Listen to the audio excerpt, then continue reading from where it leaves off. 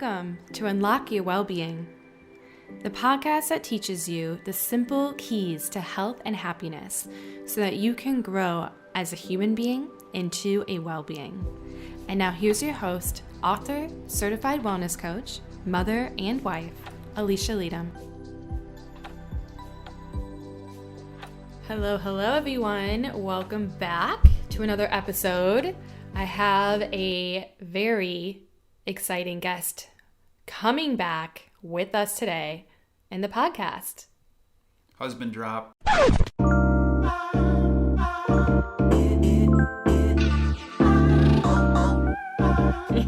Glad to be back. Thanks for having me on, Alisha. I'm excited about today's episode. I think it's going to hopefully open some eyes to some individuals who, well, I don't want to get into it too much without you kind of setting the stage first. But anyway, you're in store for a good episode today. Yeah, I think it's going to be really good. I may be a little biased, and you too, because we're very passionate about this topic today. But I do want to say that the last episode we had you on as a guest was a hit. People are loving it. It's actually one of our most listened to episodes so far, which is cool and exciting. Everyone wants to hear from Micahel, or maybe they just want to hear us talk and communicate together.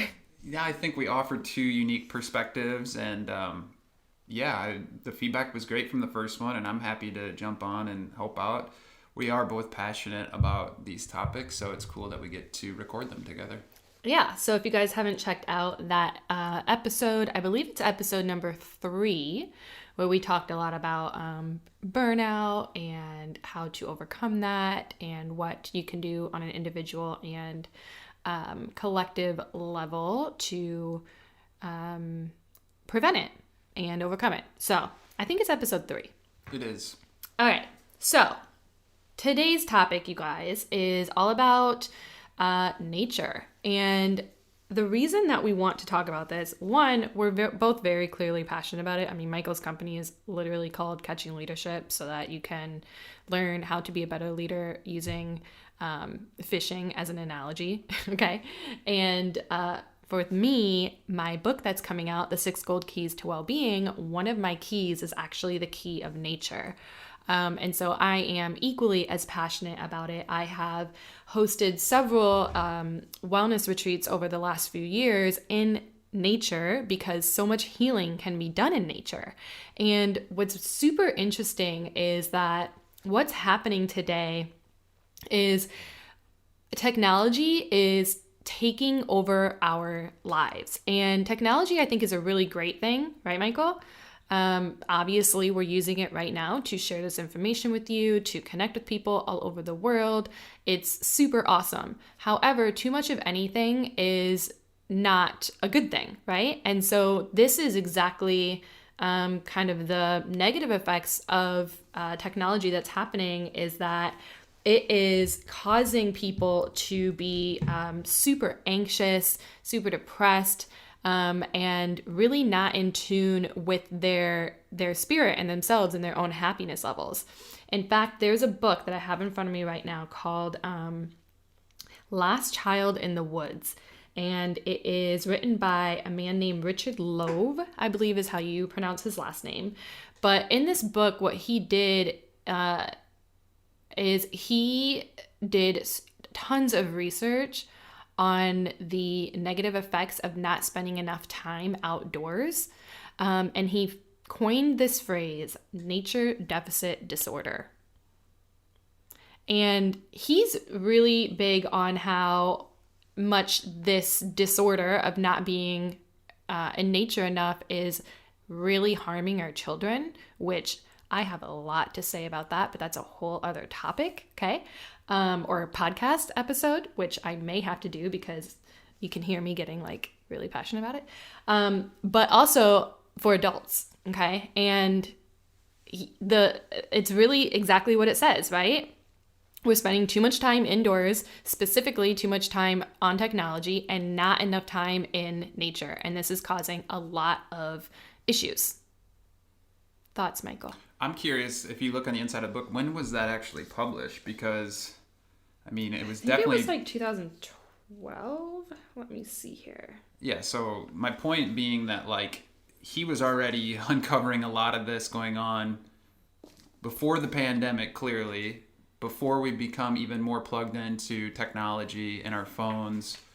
So this is real. Yeah, what year? 2005, actually. 2005. And he started doing the research before he obviously published the book. And so he's been on it, right? And it's only gotten worse, clearly, since 2005. Yeah. Think about anxiety levels and, stress, distractions, and just disconnection.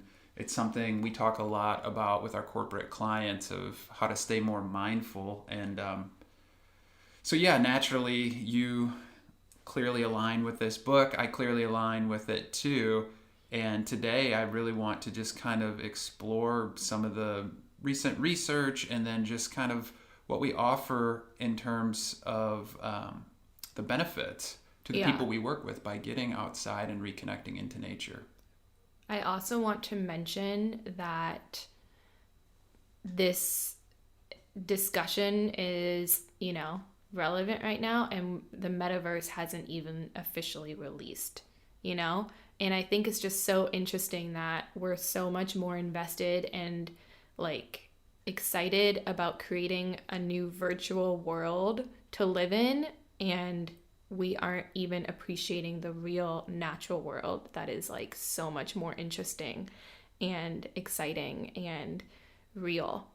That's just right outside your door. And to that point, I think it's all about escape. We're trying to escape from things. And when I say we, I'm speaking generally, the entire population. We want to escape the stress or the anxiety. We want to find that next new solution. And it's going to be through some portal where I can have an avatar and it's cool and I can connect with people and, look at how awesome and new this thing is. But really, deep down inside, it's all about getting back to ourselves and getting back to our roots when we feel the best. And that requires us getting back into nature, which we've evolved for thousands and thousands of years. Yeah, I think, too, it's more interesting and exciting to look for like a new way to feel good, and that something that's been tried and true isn't as new and exciting, so it doesn't seem like it can be as helpful as it really is. Do you know what I mean? 1,000%. I think sometimes this comes up with like meditation, for instance. There are a lot of people we work with who have meditation apps downloaded on their phone. They never use them. And it's great if you use it, but you don't necessarily need an app or technology to meditate or to close your eyes and quiet your mind and breathe. And so to your point, like a lot of this stuff is ancient wisdom that we, for whatever reason, think we need to reinvent the wheel or throw technology or the metaverse or whatever at it. Mm-hmm. And we need to get back to our roots and our core. Mm-hmm. Yep. And I think too, it's embracing the simplicity of healing and of happiness, right? Like we don't need to make it so complicated because it's not. And I think sometimes we use that as a crutch to our happiness and to our health, that it has to be this complicated, thing, this extra additional step that it really just doesn't need to be. And if we're doing that, we can ask ourselves, why do I feel the need to make this more complicated than it really is? Because it's not, at the end of the day. Yeah, spot on. So, okay, we have been looking at some really cool research to back up what we're saying. And we found this really cool and interesting research article that has been brought to our attention. And I think, Mike, I'm going to let you kind of share a little bit more about the article itself. Yeah, so the article was published a few years back. I think it was 2012, but it was about creativity. It's called Creativity in the Wild, Improving Creative Reasoning Through Immersion in Natural Settings. And the gist of this article is that they took a group of hikers, naive hikers who weren't necessarily used to going out into nature as much as regular hikers would be. And they also did a little bit of a detox from technology. And one of the core findings that they found after a 4-day immersion in nature was that it increased performance on creativity, problem-solving tasks by a full 50% in a group of naive hikers by getting outside, unplugging. And I'm sure that, this is one finding and it's just kind of scratching the surface of this type of research. And I'm sure there's a lot of other articles. If there are and you know of any, please share them with us because this is a hotbed topic for us. We like to bring the latest and greatest stats on this stuff, not because it's just self-serving for our own businesses and what we like to do, because this is actually really needed for people right now, to Alisha's earlier point, and it can actually help creativity, brain functioning, overall health. But the cool thing about it is that there are some evidence-based research studies going on right now showing the power of immersing yourself in nature, which I would love to in the future be a part of a study like this. So if there's anyone listening who has connections to a university who studies, the physiological outcomes of unplugging and getting tapped into nature, I think one of Alisha or my retreats would be a great way to demonstrate some of the positive effects. Mm-hmm. Yeah, I think that study is super interesting. And like Michael said, there's hundreds, if not thousands, of really cool studies on the power of being immersed in nature for a day, a couple days, and what that does, especially for people who don't spend a lot of time outdoors, right? Like really drastic results. But this study in particular, I think, is really beneficial to perhaps our listeners because maybe you are someone who feels like you're kind of trapped a little bit in your creativity, or maybe you feel like you just aren't as sharp with your problem solving skills sometimes and feel a little bit like, oh, I don't know, right? We all know that feeling. It actually reminds me of, and I'm not going to remember the exact name of the concept. There is a word for it, but it was something that I read in a book called Range by David Epstein. And basically, when it came to these entrepreneurs who are trying to problem solve and innovate new solutions, new products, or what have you, instead of getting so laser focused on the actual product or the end outcome itself and the technology associated with it, they would find parallel experiences, so like getting out into nature or going somewhere else, completely kind of forgetting about the solution they were trying to solve for, and then allowing new ideas to formulate as they were doing a different activity. And when they came back to the drawing board on that solution, they would get hit with these nuggets of geniusness that they wouldn't have otherwise have come to if they were just staying laser focused on the task at hand. Yeah, it's like creating space to allow it to come through, and then that can come through out in nature. I mean, that's something that I personally do, and I write about in my book on the key to nature, which is the power of a walk outdoors to tap into a creative solution. Okay. I'm also a huge believer in being solution focused, right? Like I seek solutions, right? Like I constantly am seeking solutions instead of focusing on the problem and ruminating on that. A really powerful well-being tip is to be a focus on solutions. And so one way to do that is to get into nature without, like, to Michael's point, focusing on, I need to figure out this solution and I need to figure it out. Instead, go out there and allow the solution to come through you. And it almost always does with the power of being outdoors and immersing yourself in it, right?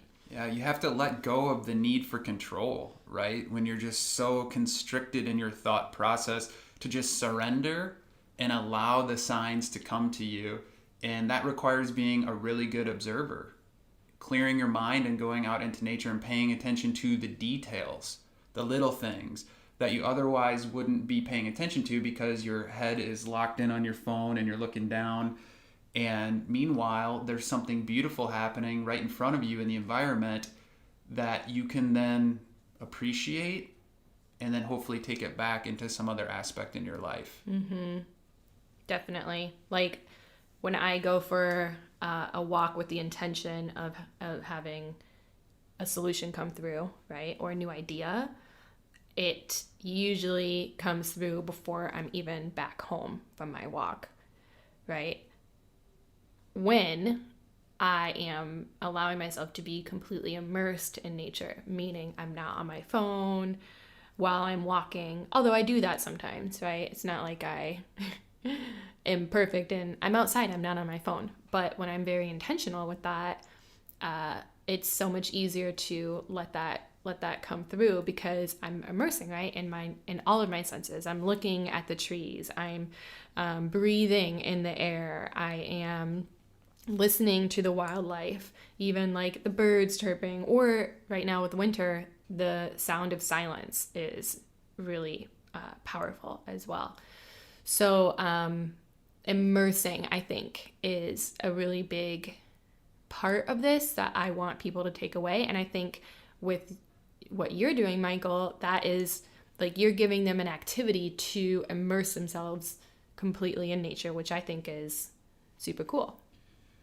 Yeah, so it combines everything that we've been talking about up to this point, but then also it embodies the concept of flow, which when I'm out fishing, I know a lot of times people think about fishing in terms of like drinking beer and throwing a bobber out there and just waiting for something to bite the end of your line, but that's not the type of fishing that I do. My fishing is very active, it's very thought-provoking. I'm always thinking about what's going on underneath the water, you know, the areas that you can't see. How can you match the hatch? What's going on in the weather? And so I'm like really in the zone, in a flow state, while being outside and reaping the benefits of the fresh air, the sunshine, all of the great things that does for me. And when I come home from a fishing experience, I typically feel very rejuvenated and I feel happy. And yes, I'll even have bursts of creativity, but I don't know how you replicate that through some technological solution. Like there's something magical about being in flow, being in nature, being appreciative, and learning whatever life lessons you need to learn that day by just getting out there and doing it. Yeah, I love that.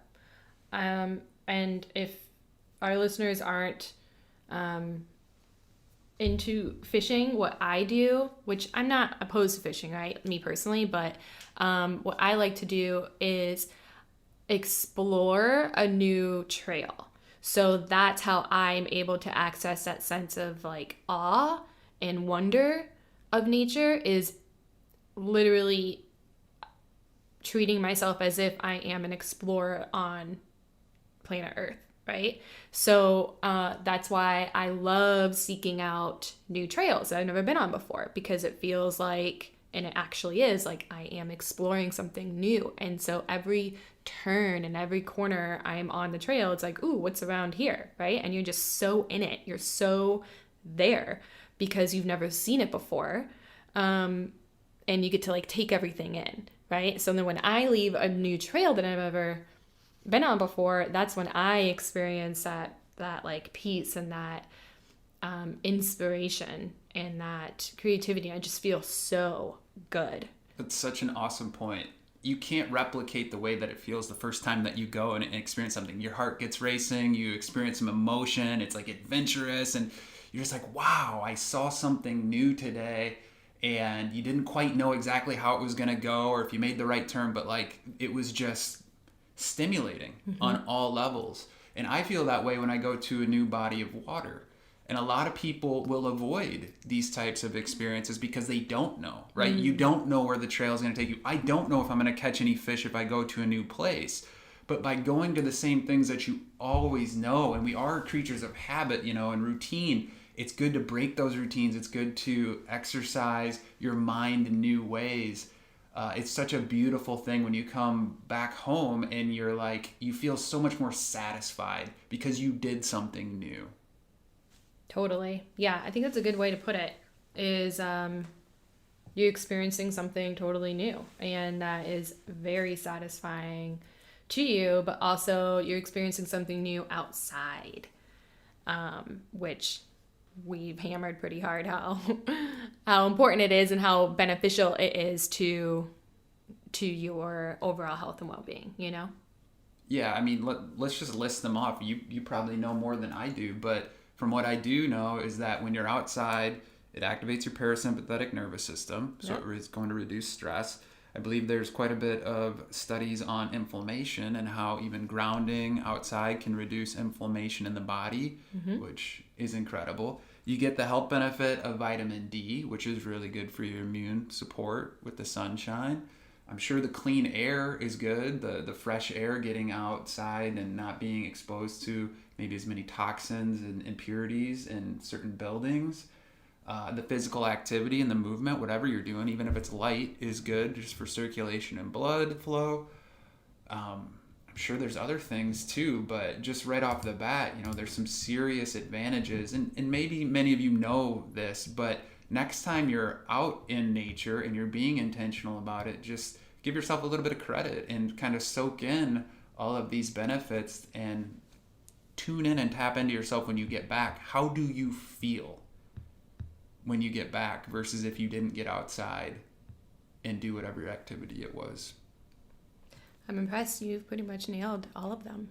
I'm sure I forgot some. Oh, I bet it helps with sleep too. There's It got to does. be some kind of sleep equation here.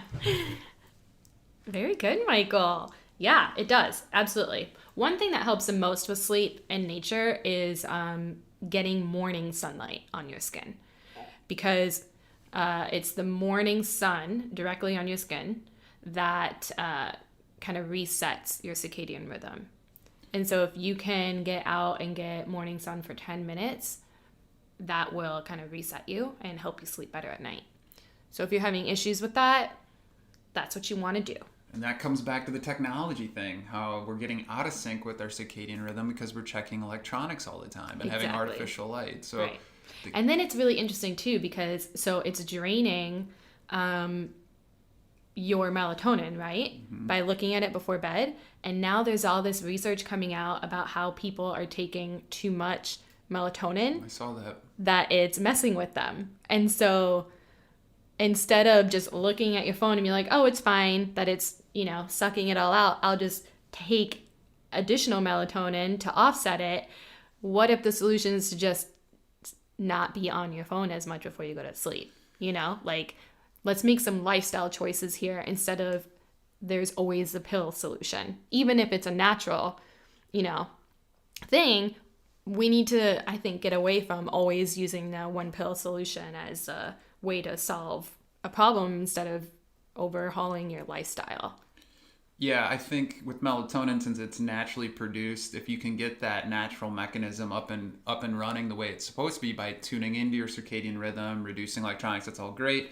If you do occasionally take melatonin, that beats the alternative, which would be like heavy sleep aid, dependent type drugs. Yeah, But it's meant to be it's meant to be like an occasional thing, right? And I think what I'm seeing in studies that are being released a lot is that people are using it on a daily basis and a very regular thing, I and think that's the problem. their dosages are higher than what's recommended too, because maybe you're not getting the same effect of taking just one tablet of melatonin. So now you're taking 2 every night, and now all of a sudden you're having negative repercussions because you keep upping your dosage too. Yeah.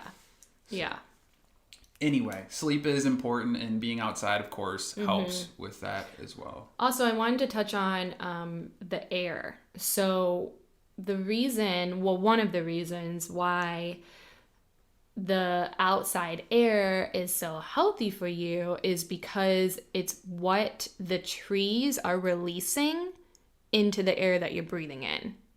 And so what you're breathing in are the natural oils from the trees themselves. Okay, and those natural oils are going to do a lot, especially for your gut health. Okay, and so your gut is where 80% of your immune system is developed. And so literally going outside and breathing in, especially in the forest, this is why forest bathing is really powerful, you're breathing in the natural oils that the trees release that's then improving your gut health overall.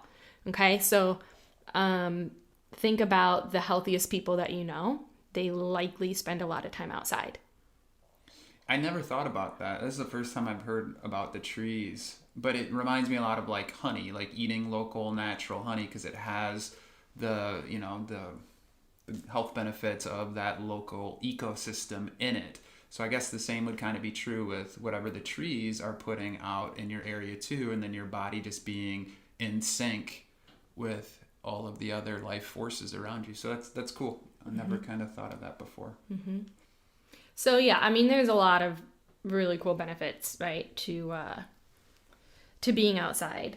But what I really love, and I know you do too, Michael, is in addition to the health benefits, the inspiration, right? Like that sense of awe, that wonder that we access by being outside. And that's why, I mean, I'll speak for myself. I don't know about you, but that's why I really love hosting experiences and retreats in nature, because I want you to access that sense of awe and wonder and connecting to your true self, your soul.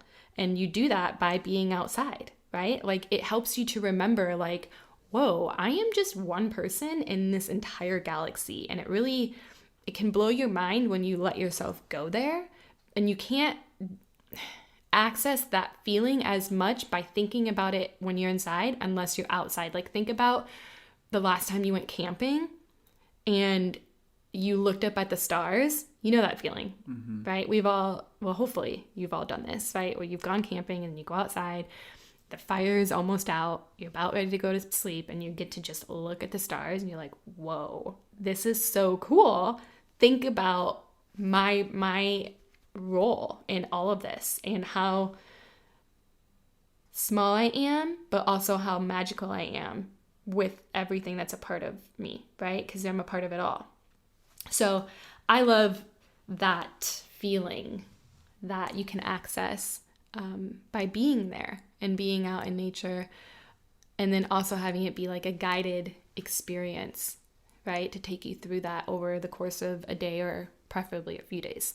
It allows you to go so much deeper on a personal level, on a team building level. The reflections you have, whether it's looking at the stars or it's looking out at a body of water, it allows you to pause. It allows you to get out of sync with the normal monotony of going into the office, opening your inbox, doing the same thing, taking a break at the same time. It just helps your mind go places where it otherwise wouldn't have gone if you didn't immerse yourself into a retreat-like experience. And I don't know, I don't have anything to back this up, but I think being outside just makes you a better person. Yeah. And I mean that because you realize that this world you are part of it, but you also are connected to it in ways that you rely on the trees. You rely on the food that comes from the soil. You rely on the sunlight. Like, sometimes I think as humans, we think, all right, we're top of the food chain. We're so smart. Look at our technological advances. And we forget that, we're just part of this universe, this world. And if I'm just a part of it, I hope my impact is more positive than negative. I hope I'm being more sustainable and leaving this place better than when I came here. And you think about the throwaway society we have with materialism, how much plastic is out there. I just think being outside makes you appreciate that stuff more and makes you more mindful. And hopefully then you take action to be a better person, more kind, and just not in it for yourself and in your own little corner of your home, thinking about your own things, but the more universal goal, I guess, of humanity. Totally. And I mean, and to add on to that feeling, or, how we think that we're the top of the food chain and we can do no wrong. We only have one earth, right? And if we don't take care of it, the earth will, we can't live without it. And so when you are outside, that helps you, to your point, remember how vital it is that you respect the earth in your lifetime. because we're just borrowing it, right? Like, and our future generations, our children need to enjoy it as well. And so we have to take care of it. And we need to, being outside more helps you see the importance of taking care of it, because you want to enjoy it, and we need it. We need each other. Yeah, and it makes me come back full circle to what we were talking about a little bit earlier with, technology, and nothing against technology. It improves all of our lives, and I'm very grateful for technology. I mean, if we didn't have the technology, we wouldn't be able to record this right now. We wouldn't be able to get it out to our listeners. So I definitely don't want to be anti-technology, but when you think about the solutions again of where technology is going and where it's trying to take us in terms of a metaverse or what have you, but also think about it in terms of rockets. Think of it in terms of trying to get to Mars, like trying to leave Earth. And I get that it's good to explore and to know more about space and to have that capability, but it always seems like we're trying to go somewhere else. We're trying to go beyond where we're currently at, as opposed to maybe digging deeper, appreciating, finding the value and all the benefits from going deeper inward. Taking care of this planet, like you said, versus saying, well, at some point or another, we're all going to have to go on to Mars because we can't take care of this planet. Right. That's just kind of sad to me, I guess. So I agree. 100% agree. Like, why are we always looking? It's almost like how we as humans like to always look outside of us for answers and look outside of us for things to improve how we feel on the inside, when really everything's already right there. You just have to access what's there. That's what I'm trying to say. Totally. And don't get me wrong, I love sci-fi and I love exploration, and the universe is cool, and I love exploration. So don't get me wrong with, all the work that's being done and on that front. But to your point right there, like, let's start inward first. Let's take care of ourselves, mind, body, and soul. Let's take care of this planet before we start trying to find external solutions to internal problems. Totally. Yes. So, you have a retreat coming up outside. I do. I have a retreat coming up, and before I even go into some of the elements of that retreat, I think what's pretty fascinating right now, and it could just be a byproduct of the last 2 years with COVID and people being virtual and in their homes, but starting to explore a lot more conversations and proposals with clients who are looking for capstone events. They're looking for whether it's elements of well-being on your front, whether it's leadership, but how do we now, in a safe way, get people back together, get them to reconnect for not lost time, but in some ways it kind of feels like lost time because there's only so much connection you can have behind a computer screen. So how do we kind of revitalize the culture, get people feeling good, and not just immediately going back to the office to get that, but maybe doing some kind of cool event? And so I'm actually actively right now proposing to a couple of clients a capstone type of event, which would take them out into some beautiful parts of this country where they would get to explore in a variety of activities. Some, of course, fly fishing, because fly fishing, whether you are actively a fly fisher or not, it humbles you in a lot of ways. It teaches you to slow down. It teaches you to observe things. And there is a little bit of mystery with it, and a little bit of intrepidation where people don't want to necessarily do it because it's the unknown, but you find out soon thereafter, once you just start trying and build on progress, this is actually pretty cool. It's not as scary as I thought, so you draw your own parallels there to life. But in addition to fly fishing, some hiking, maybe some yoga, we do some meditation, we're going to do some group coaching. Of course, we're going to talk about leadership, get some executive coaching prior. We'll talk about concepts in my book, Catching Leadership. And the whole goal is to really harness a lot of those things that we talked about earlier on this episode, which is the health benefits of being outside, the ability to pause, the ability to draw new parallels and connections, and to start being intentional regardless of what's happened in the past, of the type of leader and person you want to be when you go back into your daily life. And without this type of event to kind of hit the pause button, sometimes it's hard to do that. So it's really encouraging, I guess, and I'm sure you're seeing the same. I know you are, because we talk about it from interests of different clients. So happy to dive deeper into some of the retreat stuff, but just wanted to share with your listeners that, like, companies are starting to look for outside of the box ways to let people reconnect. Right. They really are. I mean, I'm in talks with several clients right now too to customize some wellness retreats for them outside and do this kind of work outside because, like you just said, the power of the pause in nature and getting outdoors. I'm seeing companies want to get together and they want to connect, but they don't want to do it inside in the office. Clearly, people are over that right now. So doing that outdoors has just layers and layers of benefits together. So I'm really encouraged and inspired and excited to see this trend that is being brought to, professionals right now, because I think it's just so needed. And there is an absolute way to bring and overlap nature and professionalism together. I don't think you can have one without the other. And I think that's been a big part that has been missing for a long time. And maybe that's what the pandemic has ushered in, is to help us reconnect with what's real and bring that into our work, right? Bring that in inspiration and creativity and have that fill up our own cups so that we can go to where we want to go. Yeah. I mean, you said it beautifully. And I hope that the trend continues, and I'm confident that it will. But the beautiful thing about it too is whenever you attend an event like this that we're describing right now, you leave with tools that of course will help the team and the culture and the bottom line or whatever with the company. That's the reason why companies are going to invest in this, because they want to retain their talent, they want new ideas, they want better camaraderie and all that stuff. But everything that you learn at one of these types of events, you can incorporate in your own personal life. Right.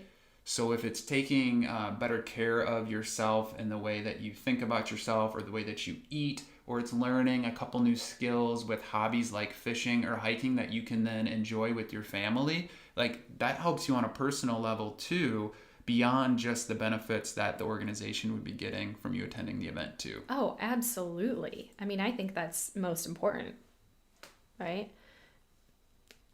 In my opinion. I want individuals to reconnect personally, because the change that people are seeking always starts within. It always starts with you. And when you are able to access that peace and that fulfillment and that wholeness within, that is when you're going to see the results outside of you. Yep. And I love that philosophy that you bring to the table too, because when we talk about well-being from your perspective and leadership from your perspective, it really is from the individual first, like taking care of your self, mind, body, and soul so that you can show up and be a great leader for your team, which sometimes is overlooked, I think, especially when we think of concepts like servant leadership, which I love servant leadership, but if you give and give and give and it's always outside of you, I need to give to my team, I need to do this, and you don't take care of yourself, you're going to crash and burn. And we talked about that in that previous episode 3, that I had my own story with that. So I 100% agree with you there. And I just wanted to bring up a point that you asked earlier about an upcoming retreat or an event that I have going on, and some of the elements that go into planning an event, a successful event like this, because I don't know if you've come across this, but I think it parallels a lot within the coaching industry too, where like a lot of people want to become coaches, and then they get into coaching and they're like, ooh, this is a little bit trickier, a little more emotionally laboring than I thought. It's not, and I think the same thing can be said about retreats too, where there are a lot of people like, oh, this would be cool. I want to host a retreat. I want to take leaders or a group of people out on these cool, epic adventures and whatnot. But then you start thinking about what goes into all of the planning, the activities, if it's all inclusive, the lodging, the meals. Because when we talk about these experiences, it's important that you're hitting on all cylinders, that you're giving them a unique perspective and value, and sharing with them all of these beautiful gifts that you can provide as a facilitator. So with that being said, that's what I'm trying to do this June in the Driftless area here in the Midwest up in Wisconsin. It's a 3-night, 4-day experience where Each leader who attends is going to receive some executive coaching on the front end. So I'm going to be able to take a deep dive into their specific challenges and what they're looking to get out of the retreat. They'll also experience and have the benefit of having their own personal cabin, so that they'll have some downtime, some free time to self-reflect and to enjoy just some peace and quiet. We're not just going to be go, go, go, because that's another thing you can do at retreats that we've learned through the years too, is you got to find that balance of meaningful activities, but also allowing people to integrate what they're learning as well. Yeah, I've made that mistake at a retreat before. Hey, you live and you learn. You live and you learn. And we continue to, every time we host one of these, we keep getting better and we learn what resonates with people and finding the balance. But then from the meal side, I'll be bringing you in, which I'm very excited about, because not only will you be helping cook some healthy and delicious meals at the retreat, I'm also going to ask you to lead some meditation, some mindfulness stuff, and even some yoga. Like, you might think this sounds a little crazy, but when you're fly fishing, like, you get some tight spots in your shoulders and neck, and you need a little bit of stretching maybe before and after. So, can you throw out your back fly fishing? Of course. If there's a way to throw out your back, I'm sure I can do it, because no, don't say that. No, I shouldn't say that. But if you're proactive in your yoga and stretching and mindful and being careful where you're walking and wading in the water, you can prevent a lot of that injury. Anyway, food, meditation, yoga. There'll also be some bonfires at night. You're talking about looking up the stars, connection, networking. And there's also going to be some awesome giveaways. I love for people to feel like they're totally abundant and taken care of, and just really ending on a strong note too. So this is coming up June 9th through the 12th. Again, it's in Wisconsin, and it's in a beautiful part of the country that's overlooked called the Driftless area. And it's going to be this beautiful balance of leadership activities, fly fishing activities, some hiking, and just some restoration, which we all need right now. So you can check that out at catchingleadership.com under the retreats tab if you want to learn more. I think one of the most important parts of attending a retreat is a facilitator, because a facilitator has to be able to hold space for you during your pause, right? During the retreat itself. And when they're smaller, more intimate retreats, like really all the ones I've ever held and what Micahel has held and continues to with his upcoming retreats, you get direct access to that person, right? You have a longer access to them over the course of those few days. And the power of close proximity to someone is almost priceless, right? Like, you have access to your energy and access to ask you questions and like just really tune into you throughout the retreat, or me, or whoever the facilitator is. So I think more than the location and what you're getting out of it and what you're doing, it's who is leading it and who is facilitating it, and are they embodying what it is that you are attending and wanting to get out of, right? Which I said before, you're the most embodied leader I know, so you clearly are. And so anyone who attends your retreats, they feel that and they experience that. And so I just think that's something to keep in mind, right? Like, if you're considering attending a retreat at any time, think about who's leading it, who's facilitating it. Do you vibe with them? Are you aligned with them? Are you inspired by them? And do you want to be in close proximity to them in the environment that you're going to be in together? Because I think it's vital. 2 thoughts on that. Excellent point. And thank you for saying that. It's very kind of you. And I know that you mean it, so thank you. The first one is on the facilitator guide. The beautiful thing about these types of experiences is that you get to see a facilitator in a brand new way. If I show up in a company and I have a 1-hour time slot or a 2-hour time slot at most, typically, to go over different leadership training or approaches or how to be a better coach for your teams, I can only show up in a certain way. Yes, I want to be engaging. I want to give you practice and whatever. But to Alicia's point, when you're with me for an entire weekend, you get to see me in a new way. And it's not like, oh, are we on schedule with this agenda? I need to move on to the next thing. But we can actually sit down and just check in. And it's a much more human feel and a more natural feel. Yeah, it's more relaxed and more like, I don't say more authentic, because speaking and leading. No, it is. Absolutely. It can be because for us, we're in our prime location, our place where we thrive, right, is in nature. So you get like a cooler, I don't know. I'm saying part to you. 100% is. And I'll say that right now to anyone who's listening. All right, fine. Right it's now. More authentic when we're in nature. Okay, look at my brand and look at everything that I do. If you get me out into a fishing element and you get me more relaxed and talking and whatnot, I'm going to be able to help you and feel more comfortable. You put me in a suit and a tie, and yes, I can go do that, and I've done the consulting corporate world ever, and I will still show up as Michael the best that I can, but there will still always be a layer to that onion that won't come off the same way it will at one of these experiences. True, I agree. Same for me. I mean, I'm so much more authentic when we're walking around barefoot outside and yoga pants and because that's you, right? No makeup, hair down. And there's a time and a place for both, right? So, yeah. I love getting dressed up and doing those type of events too. But anyway, that was one element. But the second element, back to the facilitation points that you were making, is the level of exhaustion following a retreat from the facilitator. Whoa. I know that I've helped you in the past when you facilitated and you needing to come back and like having that recovery day, and like that was a lot of energy and time and emotional, energy that was spent on that event. I've felt that now too. And so again, it comes back to this concept where like people want to get into coaching or want to get into retreats, and that's awesome. Go do it. We need more of them in the world. But just know that like it is a lot of work to plan, market, facilitate a great event, and then come back.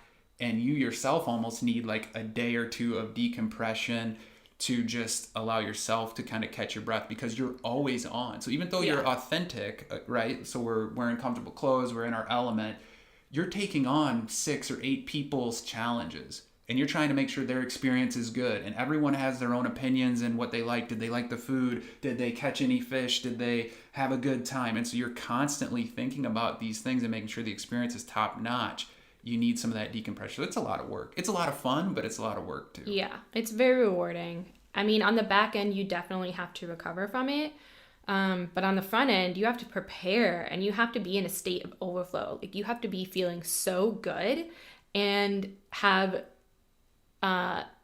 energy and then some, right? Like you have to be filled up and then additional energy that you can pour into your attendees from that state of overflow. So I think the preparation of just yourself as a facilitator before you go into those retreats are super important, right? Like deep level of self-care, taking a couple of days off beforehand.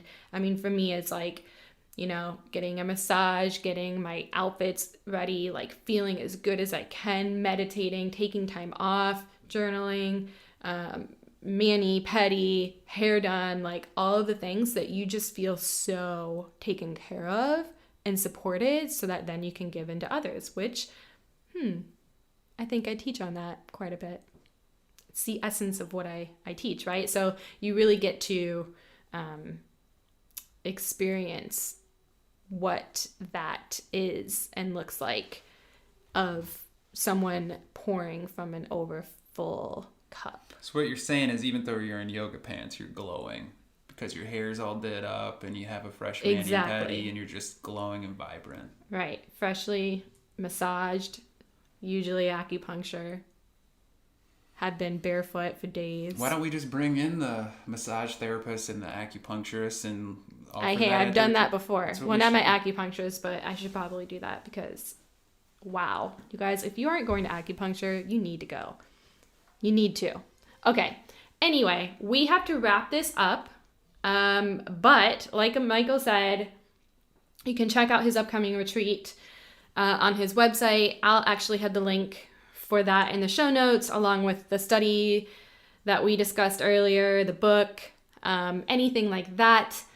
If you are interested in connecting with either Michael or myself for customizing an experience or a retreat for you or your company or your teams, please don't ever hesitate to reach out, because we're getting a lot of those really cool proposals, and I'm actually booking up right now for this year and early in next year. But that's something to keep in mind as well. And thank you guys so much for joining us today. I think this is a really fun conversation. I'd love to hear what your biggest takeaways were over on LinkedIn. You can always connect with me at Alisha Leytem. Michael's very active on LinkedIn as well. And we'd love to hear from you guys.